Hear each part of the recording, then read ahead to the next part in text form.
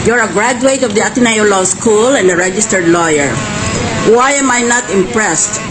Ano ba ibang argumentong maisip sa utak mo? Gusto mo, kaya ayaw mo pakinggan. Kung ayaw mo pakinggan, di umalis ka sa korte. Aalis na nga po sana ako kaya lang... Granted!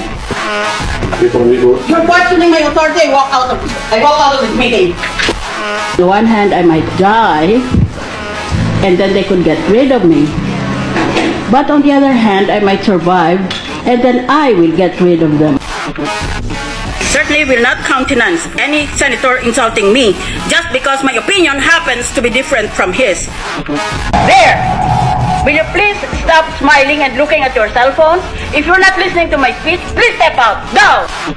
Yan. 30 libro ang sinulat ko. Yan, lahat na yan. Ininsulto ako ng aking mga kapwa senador. Mga imbitero. May asim pa rin si Tanda.